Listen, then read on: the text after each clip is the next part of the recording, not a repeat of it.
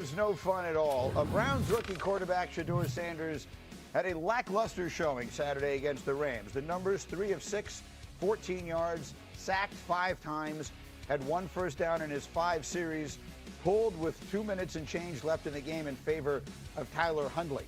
That decision had some people questioning his head coach, Kevin Stefanski. Listen to this. Can you address this sort of persistent narrative that that you're trying to sabotage Shadeur Sanders, especially after yesterday and not putting him in for the 2-minute?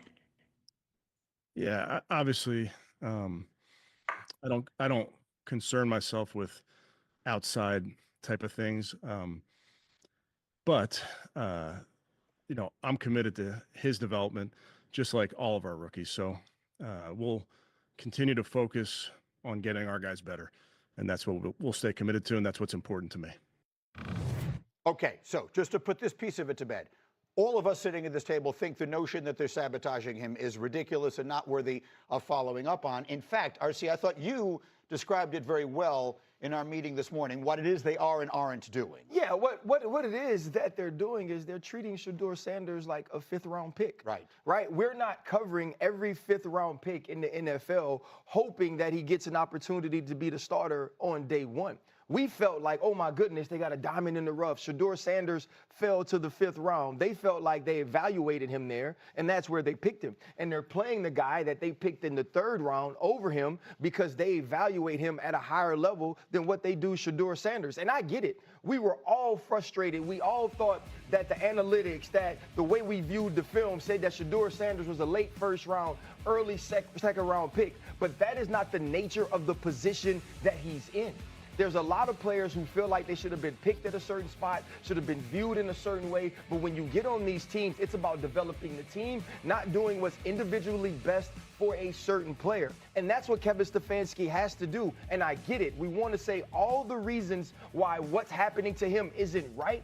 But maybe we aren't right on the way that not only the entire NFL viewed him, but now the Cleveland Browns view him as well. So I think that's a reasonable amount to be said on that, right? The idea that a team drafted a player and is now sabotaging his development, candidly, is too ridiculous on its face to even pursue. Having said that, what does the tape show, Dan? What did we actually see? That the bad habits and some of the traits that we saw show up in college were very prevalent this past weekend against the Rams.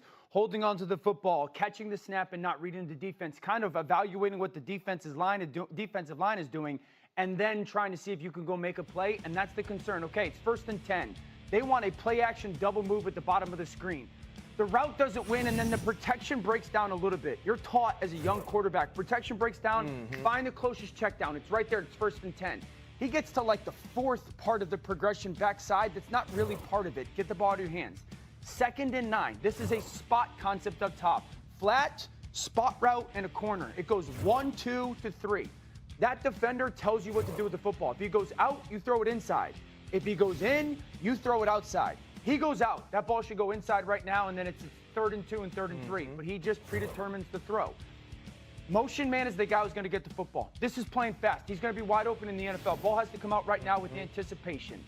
Shadeur moves slowly, kind of trying to see what's going on, and then that creates that sack fumble. So a lot of the stuff that we just saw in college is a big deal. This ball gets snapped at the 48-yard line. Defense has won the rep. Play is dead. Throw the ball away. It's 1st down. But instead we run, and it's a 2.5, 3-yard loss. So instead of being 2nd and 10, we're 2nd and 13. We're dead. Again, here's the opportunity to throw the juke route. Hold, scramble. So some of those things that I was and others were concerned about on the college tape showed itself again.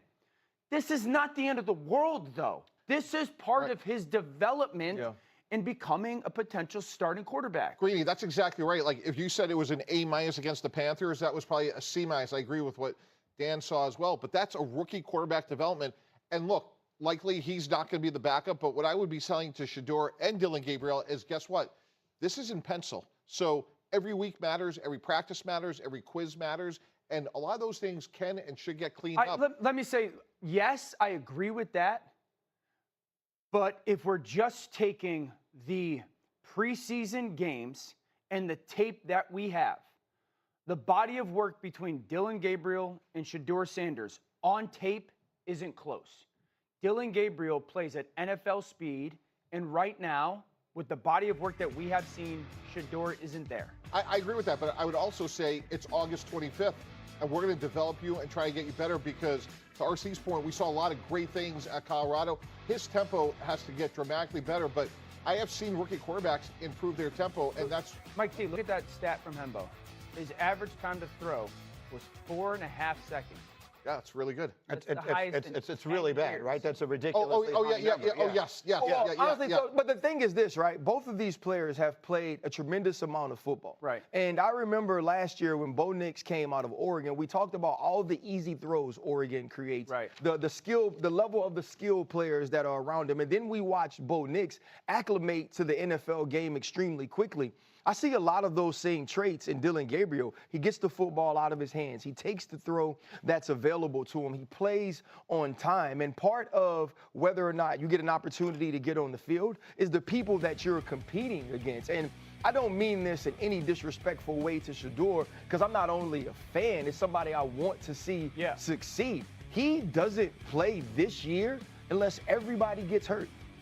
If all of these players don't get hurt, I expect that they all get an opportunity to start a game before Shadeur Sanders. Let me get Shefty in here. So what should we now expect? The preseason is now over. How do you see the quarterback room looking in Cleveland?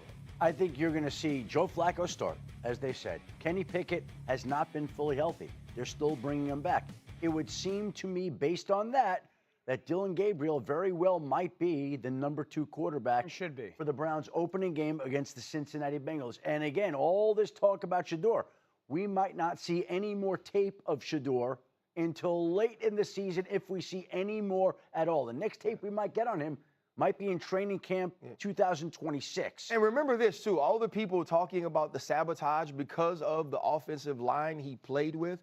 He played with the offensive line that is set on the same tier of the depth chart that he is because he was a 5th-round pick. Correct. The part of the reason for the disconnect is that we view him a certain way, and what has been demonstrated is that, for the most part, all 32 NFL teams view him differently from that. Coming up, the dress rehearsal has concluded for the